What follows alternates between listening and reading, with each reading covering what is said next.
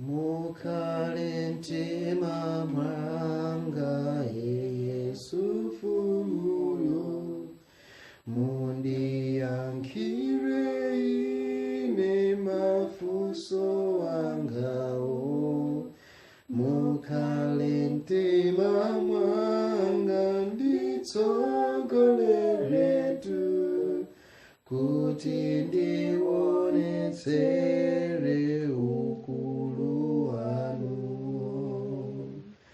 kachisi wa mtimanga wayeresedwatu ulemelelo wanu uwale katimo ndithupi langa lonse likhale lanumo lichite nthawi zonse kufuna kwanuko ziwalo zanga zonse zilamuliretu muchite nazo zonse kufuna kwanuko ndizipereke ndense osang'ung'udzanso polamulidwa nanu muntchito zangazo ndidzapumula ndithu mumtima mwangamo ndidzalindira inu mukandifunatu mukhale mtima mwanga Yesu mfumuyo mundiyankhire ine mafunso wangawo.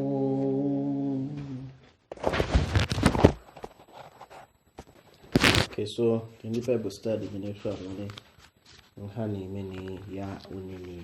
Okay, I think ngapai nkhani imene yapangisa watu kuzambiri sokonekeri kapena kuti anthu akheni mafunso nkhani ya uneneri panopo utaonana kuno since a BBC atapanga manyana maulaligawe atapanga chani documentary ya yankula mina amati TV Joshua. So anthu ambiri abwera ati ayi ndikuti anali waboza ena ati ayi analikuona. So anthu ambiri pangopanga nanu pakhale magulu anthu awiri oti no sakumukana.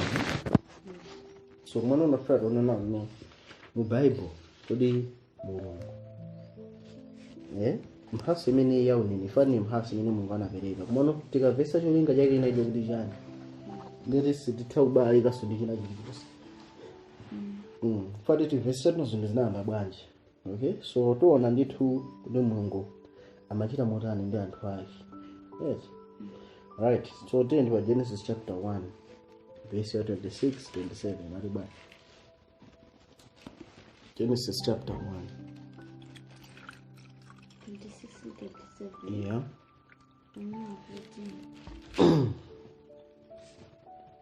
Ndipo anati Mulungu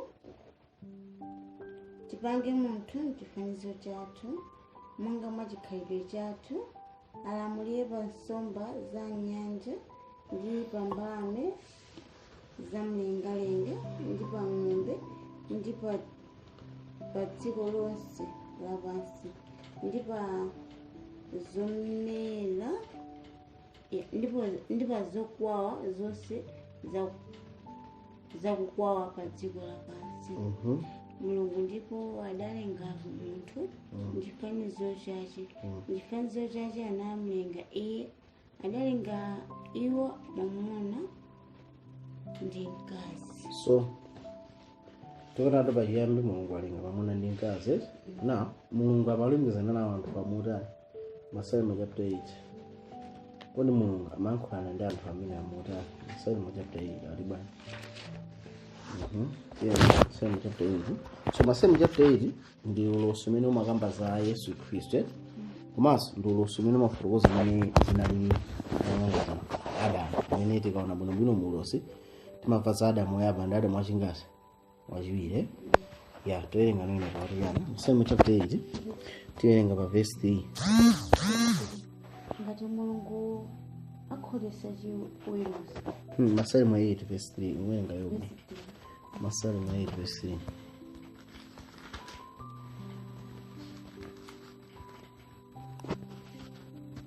Verse 3. Pakuona ine thambo lakumwamba lanu, ntchito za dzala zanu, mwezi ndi nyenyezi zimene munazikhazikitsa, munthu ndani kuti mukumbukire, ndi mwana wa munthu kuti mucheza naye. So tikuthaona nawo mulungu yeri mulungu akuthawa cheza ndi ndani munthu yeri face to face mwanjinena kale ako anthu amene analipo kale pamakhala kugamina ake amachedwa face to face ayikumbira so easy okay mwina ndo akale kwambiri ngako mano face to face imakhala jenena kuti no amaitana munthu kuti no mwina watchuka pa nthawi imeneyo watentha kwambiri ndi amamwitana munthu inamba kumfunsa kapena amaitana munthu anena kuti no iye wapanga chinthu tino anthu ambiri sana pangiko amaitana anthu ena mwina amapanga nsapato pawokha anthu oti amapanga magesi pawokha anthu oti amalawi kuti no wani ndi otchuka kapena apanga china chake chapadera zingamezozo ntakalero amati weri mtokade namene timaonera nthawi imeneyo. So tikamakamba za face to face imakhala kugamira alesa afuna aone kuti munthuyo apanga chani akupanga chani. So chimodzimodzinso mulungu ndiye munthu amakhala ndi face to face open face fellowship panaibepo chotchinga china chilichonse munthu ndi mulungu amatani amalumikizana 1 to 1. mulungu amathawa kumuuza munthu ndakupasa chani mtengwina liwonse utani udye mulungu ankhala ndi munthu pabeso tino palibeso ina isho dabwisa munthu ndi mulungu akuona na maso ndi maso amuza takulu tabwerani tatchulani mayina a zinthu zonsezi munthu ndi mulungu kukhala utani kucheza kuno bwino yeti mulungu amamunthaza munthu akulu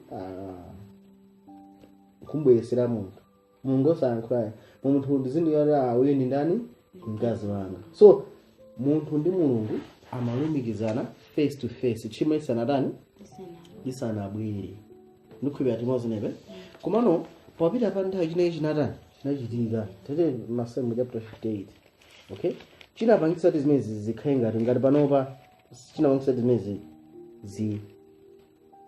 zikhale ngati Yesaya 59 verse 1 chinapangitsa nati zinthu zotenezi zikhale ngati zikuchepera pakati pathu ndi chani Yesaya 59. So iyi tikupitiriza series imene timapanga ya kukhala moyo wa gonjeso moyo wa chigonjeso ndi opambana mwa Yesu Khristu. So iyi ndi part 6 tipitiriza Masalimo 59 verse 1 aulia taonani mkono wa Yehova sufupika kuti sungathe kupulumutsa khutu lake sili logontha kuti silingamve koma zoyipa zanu zakulekanitsani inu ndi mulungu wanu ndipo machimo anu abisa nkhope yace kwa inu kuti iye sakumva. So tikuthaona kuno chimene chinapangitsa kuti munthu ndi mulungu alekane ndi chani tchimo limene Adamu anapanga anatenga umunthu wonse anatenga tonse osati yekha yayi anatitenga tonse kutilowesa muti mu tchimo limene lili onatino tonse kuzera mwa Adamu woyamba munda wa Edeni tonse tipezeka kuti anthu otani ochimwa anthu olekana ndi nani ndi mulungu mwanjirena panopa tikamakamba za mulungu akutino nkhope yake yabisika pandani kwa ine khutu lake silingatani silingafe mwanjirena taona ndi mulungu ali ndi chani ali ndi nkhope mulungu ali ndi chani ali ndi khute mwanjirena tikuthaona kuti mulungu akufanana ndi ndani ndi ife koma mucheneye njiratu ife anatilenga kufanana ndi ndani ndi mulungu wapaona amenepe. So tikamuona mulungu amabwera ndithu physical kuzacheza ndi Adamu ndi ndani ndi Hava kubwera anethaijayi mulungu amabwera monga mmene nthawi samabwerera. So tithaona kuno tikawerenga Bible athu kuuza ife natino mulungu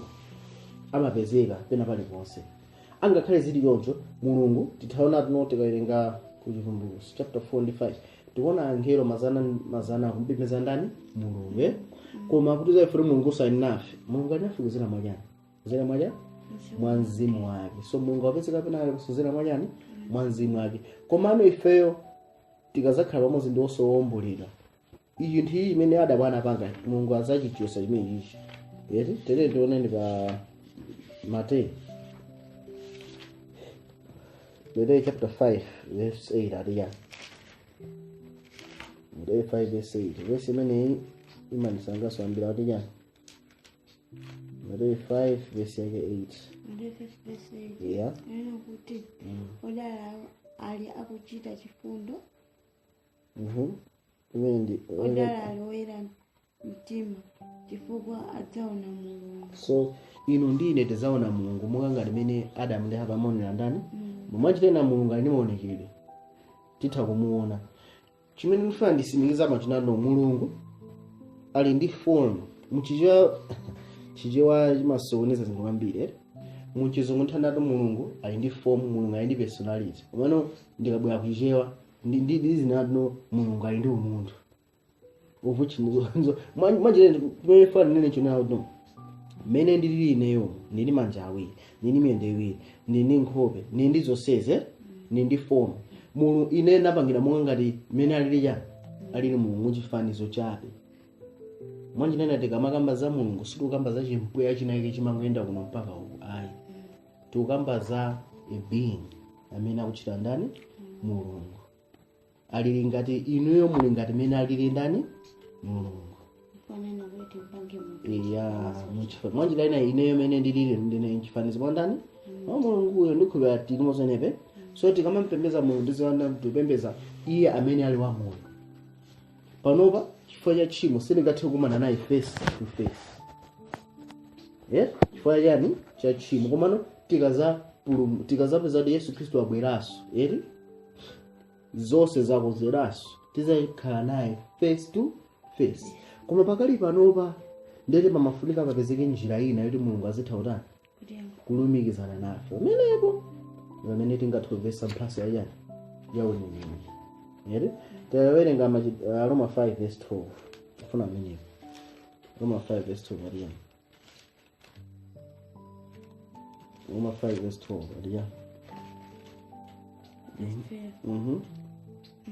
chifukwa chache Mungu chimuona lowa mdziko lapansi mwa munthu mmodzi ndifa mwa uchimo chotero imfa inafikira anthu onse chifukwa kuti onse anachimwa. Akuti uzera mwandani mwa mmodzi amene ndani ye Adamu onse anapeza utani ochimwa ndi pati kupezeranso mwandani mwa mmodzi onse anapeza utani aife ndipo kumaliza wake kuti ya okay tawerenga verse 17 yeah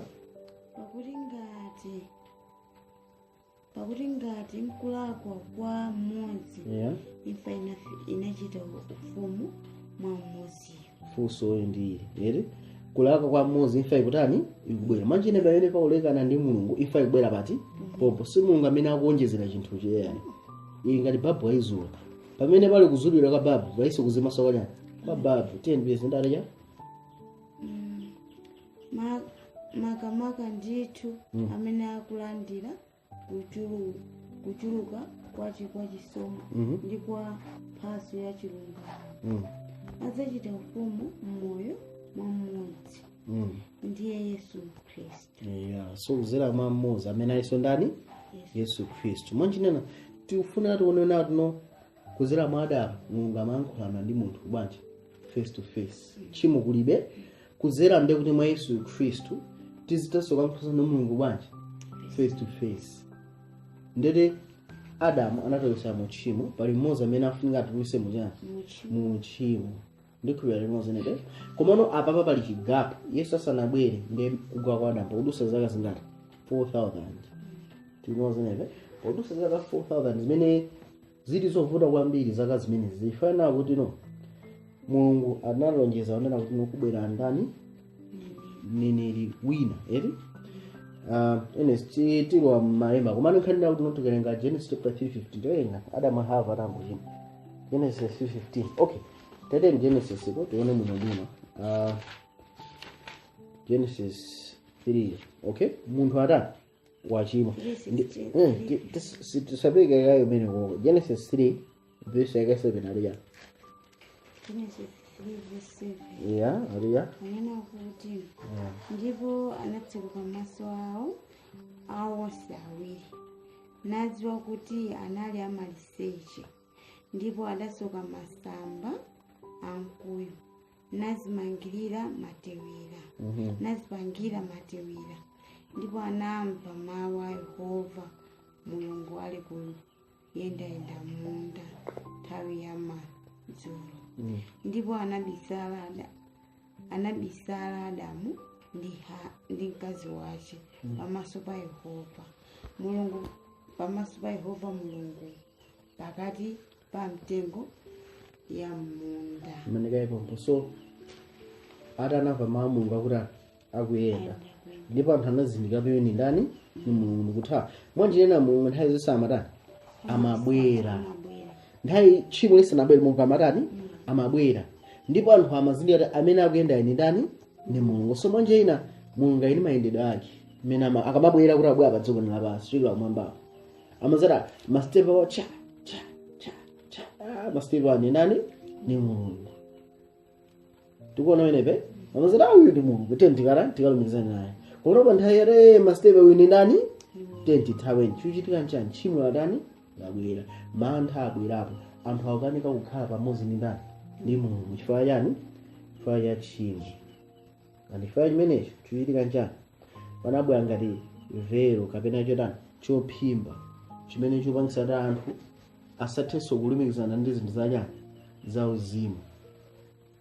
Chimene cholekanisa ifeyo ndi za uzimu angelo Mulungu ndi chani? Ndi tchimo. Taphimbika maso athu atani atsekeka. Ndikhulupirira timosenepe. Koma ngakhale zinali choncho. Edi? Mulungu anapanga chinthu china chapadera. Edi? Tidziwaona tuno panali anthu ena ngati achina ndana. Tete ndioneni Genesis chapter 4 itakayona mno bwino. Panali anyamata awiri. Kaini ndi ndani? Ndi Seti. Takumbukire? Osanapereka nsembe. So Kaini ndi Abeli anapereka nsembe, Kaini so nsembe. Ina ndida ndi andani? Ya Seti. Ya ndani ya Abeli. Ya, eti? Kumano tujiya nchani? Kaini anapha ndani? Bale wake. Tamona menepe? Ndi zuchitika chonchija, zuchitika zona nozi ndi chasizwirani. Sizikuyenda. Kaini wathawa akhani mwana wina zinanye ndani? Seti kuzira mwa Seti kubada anthu ena angati achina ndani? Achina Enoch. Terenga Genesis chapter 5. Musanapejiri bwino. Windi ujeni nani Kaini utamthabi. Iye anaze kupha kwana kutengera mzimu. Okay. Pamene twali verse na no. Anthu ambiri amakhulupirana tuno tchimo machita kulifukira. Koma chimene tikufunika tiziwe chinawo tuno. Ngakhale zimene ziziliona poyang'ana timasinthike. Koma nkhani ndayo kuti munthu amene alibe mzimu wa Mulungu amakhati 100% alikali ndi chani? Ndi tchimo. Yeti? So zili ngati nawo tuno pamene palibe kuwala pali chani? Pali mdima basi. Mdima amangoonekera. So tana pamene chifano Kaini analibe mzimu wa Mulungu analikali ndi chani? Ndi tchimo. Ndi chifano tchimo limabalaso chani? Zipaso zinapoza atarani? Wapha m'bale wake. Choyamba sanamvere anapereka nsembe yolabwika. 2 jealousy inabwera mkwiyo. 3 imfa inabwera anapha m'bale wake. Zisizi zikubwera zindoti sanaphunzire kwina kulikonse. Mufika ya uchimo uli nkati mwa taona toto uchimo ndi khalidwe la munthu, chibadwidwe cha munthu. Chibadwidwe chimafuna chitani? Chilo choseda tiona kuno bwino kusogolo. Koma tikuona kuti pamene munthu alandira Yesu chibadwidwe cha uchimo chimatani? Mazoka. Okay, Genesis chapter 5. Tafikapo?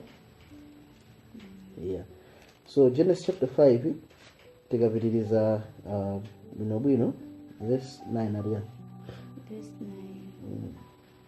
Ndipo Enosi anakhala ndi moyo. Ndipo Enosi anakhala ndi moyo zaka 54 nabala Kaini. Okay, so panali mainosi angapo, so akamba za mtundu osandana wa Sete tena na verse 21 alika 21. Ndipo Enoki anakhala ndi moyo zaka 50 kudza zisanu nabala Metusela. Ndipo Enoki anayendabe ndi Mulungu atabala Metusela zaka 300 nabala ana amuna ndi akazi. Tieni Masiku ache onse a Enoki anali 300 kudza 50 ndi limodzi zisanu. Ndipo Enoki anayendabe ndi Mulungu ndipo panalibe iye pakuti Mulungu anamtenga. So Mulungu anamtenga Enoki atifanya anayendabe ndi yes monjirena kwambira nthawi imene tchimo linabwera amene anali ndi chiyanjano chopsa cha very close ni Mulungu ngati mene Adamu analili asanachimwa anali Enoki. Mwachiteni Enoki atakhala ni mwana Enoki atakhala ni mwana anayamba kuona kufanana amene mwana amapangira ndi makolo ake. Mwana amapanga 100% trust. Mwana amona ngati ni makolo ake bamba akatha mmene ena alisi pa dziko lapansi. Andi mwana mayi ake ngomusiya azingolira. Mwana amapanga 100% pa makolo ake. Ndi Enoki anayamba kupesa ine kholo langa ndi nani? Ni Mulungu. So na Yesu anayamba kupanga 100% trust kuyang'anira pa ndani? Pa Mulungu monga ngati makolo ake. And kholo labwino limakhalanso nzake. So tonaona kuti Enoki anayamba kukhalanso nzake wa Mulungu. Ndizowa bwanji atanaenda ndi Mulungu amayenda bwanji? Amusirive samatya pakuti anthu awiri sangende pamodzi asanapangane mchizungu ndisangalasa unless they are agreed. So Enoki anali agreed ni Mulungu bwanji anali ndi mzimu wa Mulungu kati mandani na iye. Wanjirena anayamba kukula muchikhulupiriro muchiyembekezo muchikondi ninda ni Mulungu. Yes pamenepo Kuti awa ndi mawu a Mulungu afuna ndichite chonchi. Okay nendifunse nawo pamenepo nthawi ya Enoki Bible inaliko kunalibe? Inalipo. Lina analemba nda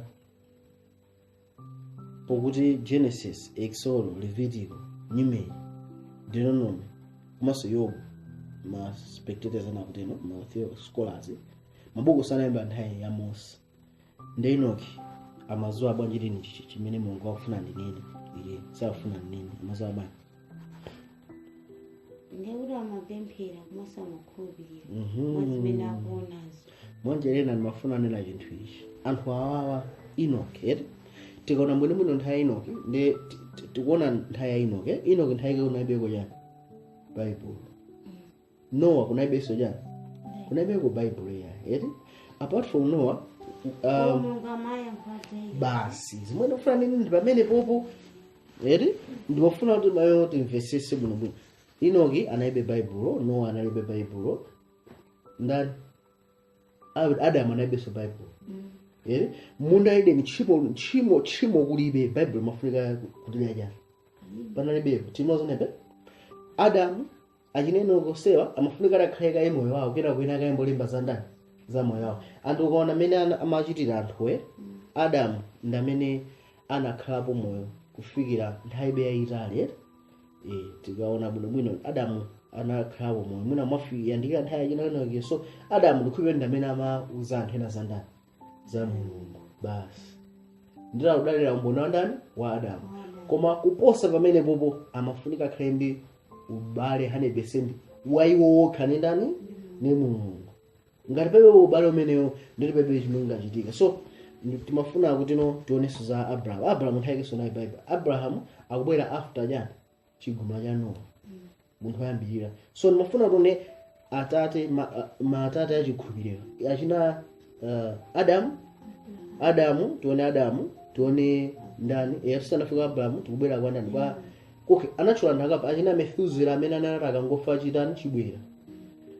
Apart from Methuselah tikuona ndani Enoch anthu sanali line imodzi ya Adamu kuzera mwa Seti. So Adamu, Seti, Methuselah, Enoch kina lubwa kwa ndani kwa Noah. Anthu soa ndi akuchokera mwa Seti yeah. Noah kina lubwa ndani Abraham so tifuna tone ndanda na wanthu hawa kena kuti dumpha bwera nthawi ya Mose kuti chinasintha njani right. So tende mtungona Abraham Genesis Yakobo 2 verse 23. Yakobo 2 verse 23 aliya. Yakobo 2 verse 23. Yeah, aliya. Anena kuti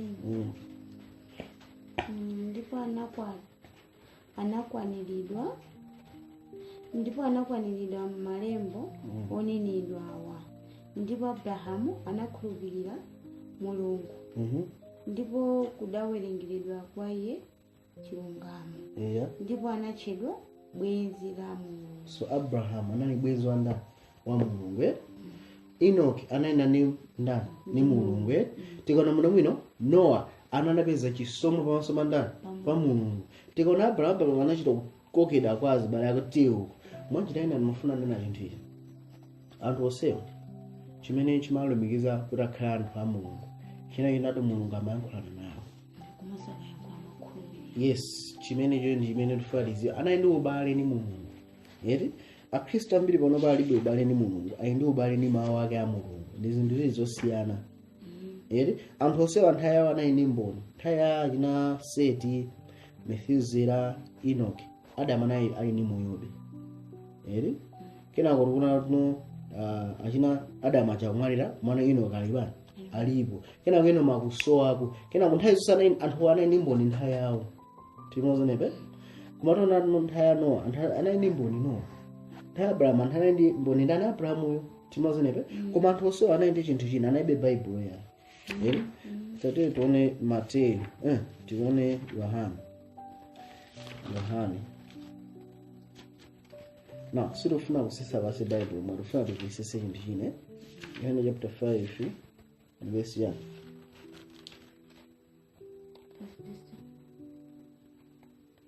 Okay, Yohane chapter 5 verse 39 audia. 39. 5:39. Amina kuti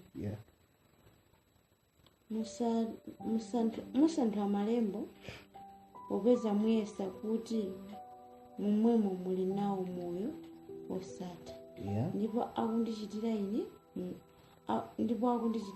umboni ndiwo omwewo. So anthu lero makamaka so awawa alembeyo adama santhula mawanda a Mulungu kumaona mmene mundete azipeza moyo tani moyo sathuta kudakapa kadila anthu akufa ndondana akumvesa mmene basa pa ifeyo ndetino silinganyengedwe yani moyo tani mwana nena akangopesa chinthu china chake ndeti utokumusira basi ngati tuno kumvesesa basi ndikumwe Mulungu amatani amafuna. So anthu ambiri amafuna angoziwa zinthu basi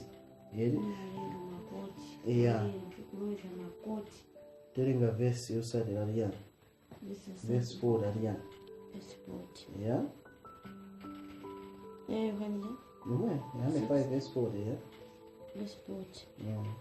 ndipo simufuna kuza kwa ine kuti mukhale nawo moyo. Mubona mene so moyo kupezeka mandani mwa munthu amene zidake ndani Yesu Kristu ana mwachi ngati wachiwiri tili limodzi nepe.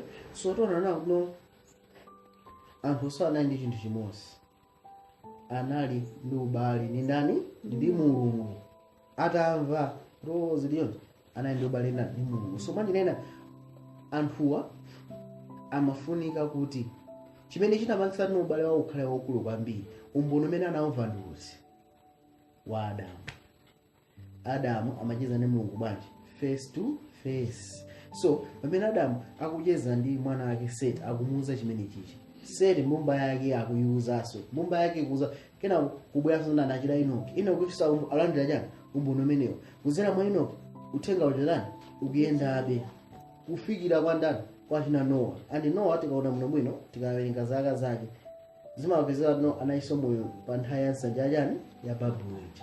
Moni chimene tuanene chinawo kuti anthu osewa mmene akuuzana umboni wake ndotino mulungu afuna akhale ndani zako. Umboni umene ali nawo ndoti ndomene so pamene akupanga approach mulungu sakumpanga approach kuti no achite china chake kuti akalumiza ndi mulungu iya angobwera monga mmene alili kwa ndani kwa mulungu kuja iwo chimene akufuna ndi mulunguyo. Zikusiyana ndi anthu achana kuti no akufuna chani akufuna china chake teneo ndi akuno akubwera kwa mulungu chifukwa afuna ntchito kapena afuna banja afuna china chake na chinthu ichi chikakhaliki kucheda ubalawo ni mulungu somakhala kutani utha kapena chinthu chakachipeza ubalawo ni mulungu umayamba so akufuna so kukusa chani muona. So anthu ajawuzana kuno umboni umene ali nawo ndi ukhawo ndikuona anthu ani mulungu anali phati anali ndi ubale wapaderadera chimene chimamangisa kuti zikhacho chinthu chiti chimenecho ere now mose mtima yawo limafuna iwa mulungu basi sikuliso kuti basi kuti chani kabina kuti ndaphilika panithamangire kwa mulungu amafuna mulungu basi nthawi zonse amafuna mulungu ya tadeni ku Petro yakesajanena kuti kulwamisiro gota kumazotani zochimwa zanu zakulekanisa iye ali aleti nthawi tiyeni kwa Petro tikamvesa chimene pamene tambovesa nkhani yachani yaulose ndi uneneri then 1 Petro chapter 2 verse 10. Now pakutha pa nthawi okay now posepa uthaona nawo kuno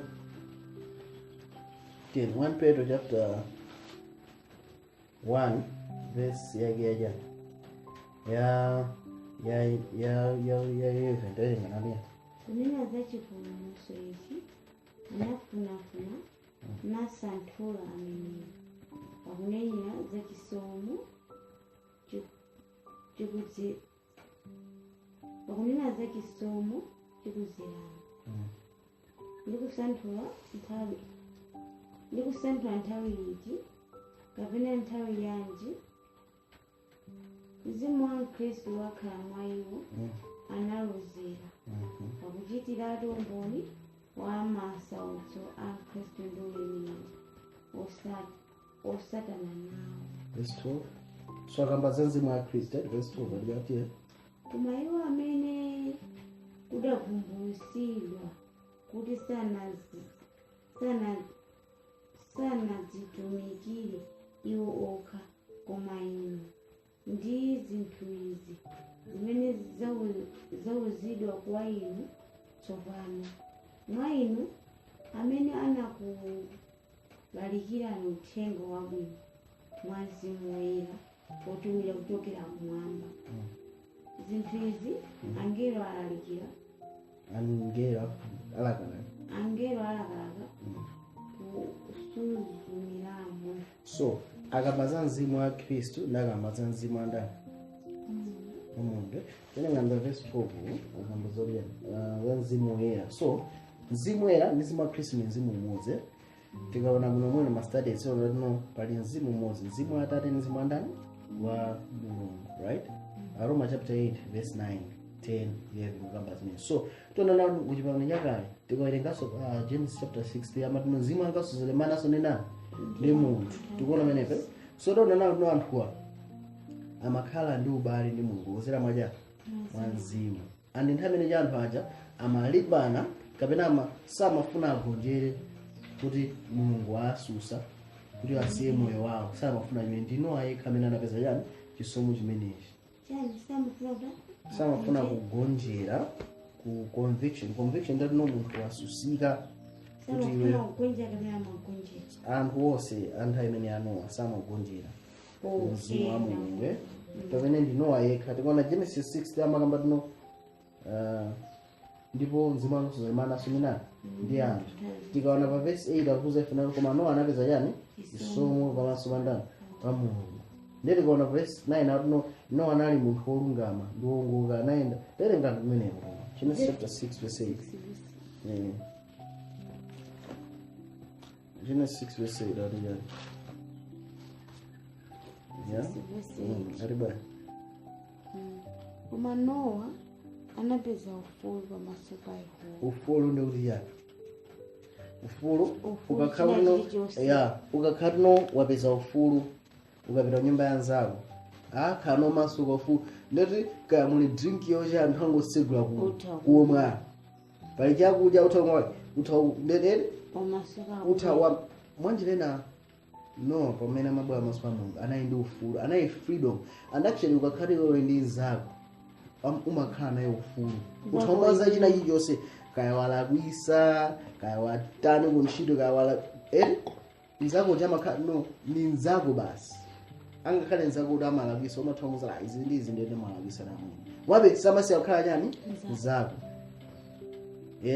ngati ukumangika munthu ndeti sinzako especially ukakhala pagulu la anthu oti sazinzako pali zinthu ena sumafuna kuyankhula yayi pali mafunso ena sumafuna kufunsa ifaya umakhala anthu asandiweruza anthu asanditani manuno anapeza yani ufulu munthu kakamba zoti yani chisomo somanjitena tikamakamba za chisomo tikamba za yani za ufulu kuti tikhale ndi ubwenzi umene Adamu anali nawo ndi Mulungu tchimo lisanabwere ubwenzi umene ulipo mpaka lero so chisomo ndi ufulu ndi chinthu chimodzi so Bible amene wandisangalatsa tilafotokoza kwambiri kuposa vachizungu. Noah found grace in the eyes of the Lord. Chizungu chikati Noah anapeza yani ufulu so chisomo ndi ufulu tatiyeni vizendali yani verse 9 tayerenga verse yesterday haleluya verse 9 mibado ya Nowa ndi iyi. Nowa anali munthu olungama ndi wangwiro ndi mibado yace Nowa anayenda ndi Mulungu. Mwaona so anthu amene anayenda ndi Mulungu anali anthu aja angwiro anthu otani chinalengera angwiro ndi anaja olungama so kuti munthu akhale olungama afuna akhale ndi mzimu wa Mulungu kali mwandani mwayi asa kungolandira mzimu wa Mulungu chilungamo cha Mulungu chili mwandani mwayiweyo mwanjirena zipaso zako ziyambana okhalano zosatira chani moyo umene mwayiweyo umo koma zile zikubwera after wapeza ufulu wakonso pandani pa Mulungu mwanjena iweyo ngati walimizana ndi ndani ndi Mulungu ndiye chiyero cha Mulungu chikali mwandani mwayiweyo focus isakhale no ndi chakundisinthe ziso ziyamba kutani kusinthika chifanano uli 100% focus pandani pa Mulungu right so nona kuno moyo umene walandira mzimu umene walandira uyamba nopanga dictate kuno zipaso zimene zioneka zotani so zimene zaonetsati zipaso za Nowa zikhale zabwino zolungama ndi fire ya moyo unayi mwandani so Nowa anali wangwiro chifanana ndi mzimu moyo mwayi anayenso munthu wowongoka chifanana ntchito zake zimafanana ndi moyo umene wanani andi moyo wa mphaka suma zakhala agalu yani mphaka akangobada ngati mphaka nalira amukuzala ankukozera mpando kuti anthu kuibisirawe koma akangokhwima mphaka suzamona kuibisira pa mpando yani anesi muna achita kusekera maindi onse akangokula sengu amatuluka panja kakumba panga chimuzimu kutseka apo muno bwino ati pasanuke awanukiza kwa ununga aseka mphaka ameneyo nanga tuli mi mphaka apanga zimene zatakula kumali mwana amapeza atatu akuibisira apa kutane so chimodzimodzinso moyo umene timangira mambo a Mulungu moyo ndi atunthu chedwa chonse chili pati pamenepo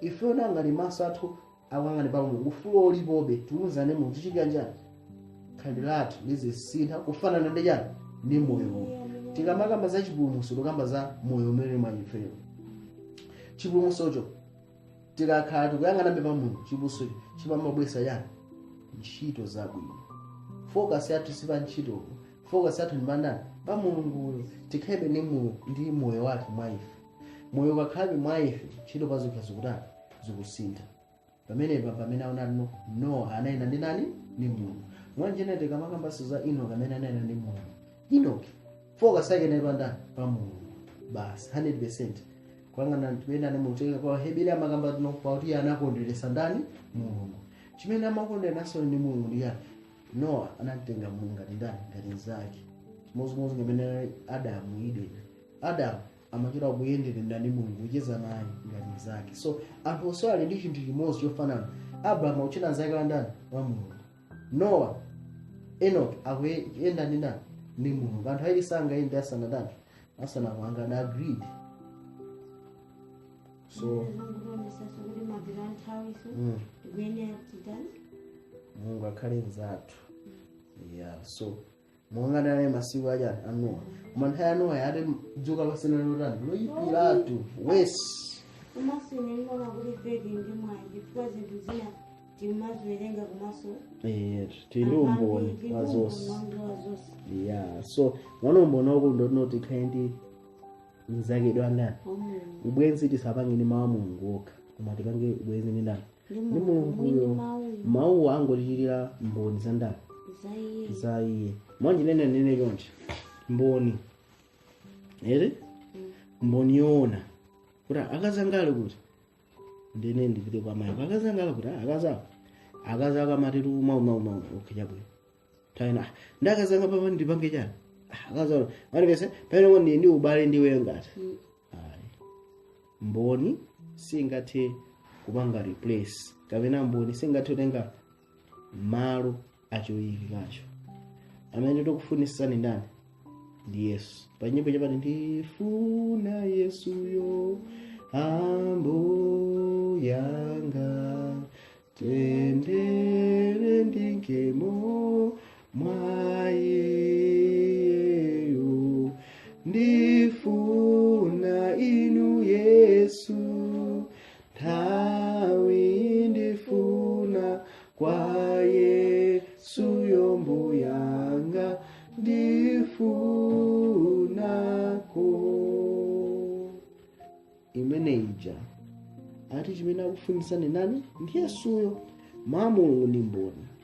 Mwana mwawa sangatenge malo a Mulungu ayi. Mkungu aloweza mangomera amanga mafarisi kuloweza inayizo vesa zingamimbiri kumana kuti Yesuyo wabwera mulande naye sakufuna. Akunena kuti amene alo akupotoza kuzimba kuti ndiye Mulungu. So tiona na kuti no mawu a Mulungu ndi mboni. Yere mboni ndi injoyikikacho ndi zinthu ziwiri zotani zolumikizana koma sizofanana. So mawu a Mulungu amatithandiza vesi za Mulungu kwambiri koposa andi pakakhatidwa imene sitikuvesesa tifuna tibwereso kwa mawu a Mulungu ndokata ndikavesesa fati mawu a Mulungu amathandiza tuno aumbe mmene ifeyo tingathe kufikira kwa ndani kwa Mulungu. Taona anthu olungama amafikira kwa Mulungu osati kuzera miyambo kamene zochita zawo ayi amangofuna Mulungu mwangati nzawo. Mulungu chile chimene Mulungu chakufuna chakuti panga chakuti koma kuposa amene popo asanafika amene popo amakhala nati akufuna Mulungu ngati nzawo. Chifukwa Mulungu anali nzawo chinense chimene amachita monga ngati mwa chikhalidwe chawo nosopano chifanayi ni mzimu akandani wa Mulungu. So mzimu wa Mulungu limwayo Mulungu ni nzawo mwanjinena ntchito zawo zoyenera kuti achita atamuzanowa tapanga nga Abraham pere sizijama panga chifana muzaili ndi nzanga sanganenamize chomwe akuchita akuzi. Yes, so amachita zinthu zifukwa ya ubale umene uno ulipo mafocus inayipandani pa Mulungu ngati nzake chimene ndifuna uchigwira. So tikutaona kuti anthu osewa akukhala bwino. Now tikubwera no pandani pa ino ndimafuna ndi tione koma pa osewa ndimafuna ni ganizo nalo tikamakamba za nini kuti pa mbali pa amene tere ku Yuda before chivumbulutso ndikulisana nafika. Okay, Yuda chapter 1. Okay, imakamba za Enoch. Yuda 1 verse 14 ariyan 1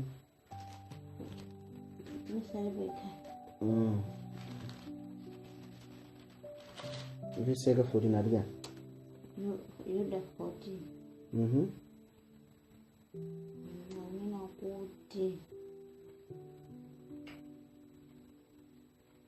14 ndipo kwa iwo Henoki wachisanu ndi chiwiri kuyambira kwa Adamu ananenera kuti taona ni waza Ambuye ndi oyera ache zikwi makumi kudzachitira onse chiweruziro ndi kutsutsa osapembedza onse pa ntchito zawo. Pingo chasi yako. So Enoki akuti no Ambuye akubwera ndi cha zigi zanani zawere tikaona mwene ku Daniel chapter 8 ngeti Daniel chapter 9 amaka patino ati nafa woyera wina bafanira woyera wina wabuzane so woyera amene wa tauzate mwina ndangere kumana Yesu anakamaza jana kama zabwera ndijana angelo onse so Enoki kale ro anachita losera zabwera sokandana kwa Yesu koma kachingazi kachiwiri shoyeri yana mu Edeni Mulungu anakamba zabwera kwa Yesu kotani koyamba tazabada kuzera majani mwankazi ngati mbewu so Enoki naye muhambira kukamba zabwera kwa ndani kwa Yesu kachingazi kwa chiwiri titaona dino anali ndithu wolumikiza nadi mwabadera Mulungu anaenda anali nzake so Enoki ngaramunenelera ndechina kanaye ngati ndani anali pajaonenelera amachidaya okay munthu ayendesa gambo amachida kuti yani drive onenelera amachida kuti yani amachida nini titena Amos chapter 3 verse 7 lukulani menera verse mene naiza kalekale Amos 3 verse 7 ati chani so apa pamene tikufuna tuone chinthu china chapadera Amos 3 verse 7 Daniel okay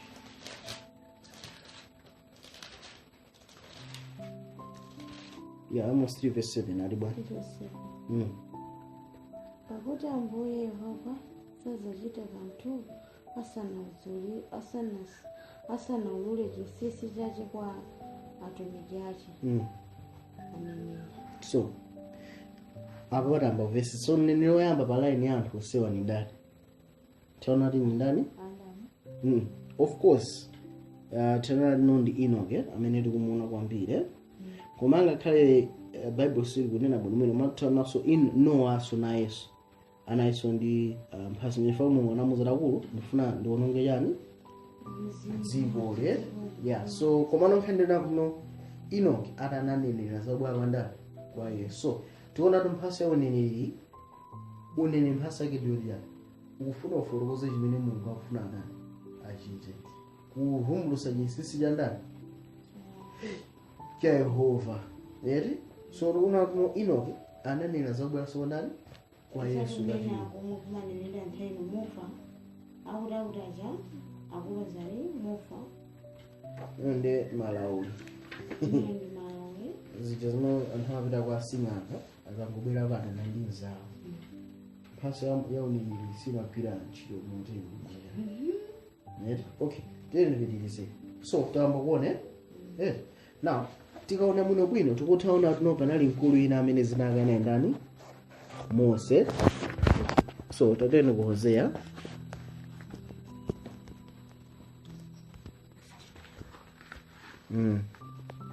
so tipite ku Hosea Hosea 12 verse 13 ati Hosea 12 verse 13 12 verse 13 Hosea 12 verse 13 ati ya kuti ndipo mwa mneneri Yehova anakweretsa Israeli kuchokera ku Igupto mwa mneneri anasungira na Hosea 12 verse yani verse 13 kuzera mwa mneneri sanatuluka kuti ku Egypt kuzera mwa mneneri yemweyo isanadani anasungira so mafuna unena chinthu ichi tikamakamba za mphaso ya uneneri apa ndi tikufuna tamene ukamba nkhani ya mphaso ya chani ya uneneri so kumana apa before posepa taona kuti no mphaso ya uneneri inalipo eti komano nkhani nena kuti no anthu amene anali a Mulungu amalumikizana direct ni nani ni Mulungu komano Mulungu akafuna kupanga chinthu chachikulu kwambiri amagwisa ntchito mphaso ya chani ya uneneri so ndimafuna nena kuti no pali kusiyana kwa mphaso ya uneneri imene zimachitikira nthawi imeneyi ni nthawi kumapita chani anthawi athu panopa zomwakhanga tino wina aliyense ni mneneri ino sopano ndaba kuti no panopa tete ambe kufufuza aneneri mayi muno matha afika mwina so 1000 mayi mokha muno kusafikaso ndetafika ka angati mbona menebe. I remember last time unali meeting amene anayitanisa ndani uyu okay unkuli naye kufuza wayambisa chipani chake mwanthana kamafuna imirire khanga ndi zinake nthawiwa kumama songa chisisi kwambiri amafuna uyimirira DPP pano wayambisa chipani chake mwana nkhani nakuno anaende chimuna afuna nayo anayitanisa meeting ya azineneri over 70 oseo ndera alini machani ene wa church oseo ni anini now foso ndira kuti kodi nthaya Bible pamakhala nini yangati panthawi imodzi komanso mphasoyo ilipo mpaka lero komanso ngati mphaso ilipo lerolo ikugwira ntchito motani so apata ngopanga introduce komano mu kupitiriza kwathu kwambiri tiona nakuno mphaso yawo ni magwira ntchito motani tikamvetsa chimenecho tiona nakuno nkhani yayikulu ndikuzindikirisa chimene mungafuna tani achite ndiye tizama kwambiri muphunziro osatira kuti timvetsetse mphaso imeneyi. Mulungu akudaliseni pamene tikupitiriza kubesera uthenga. Amen.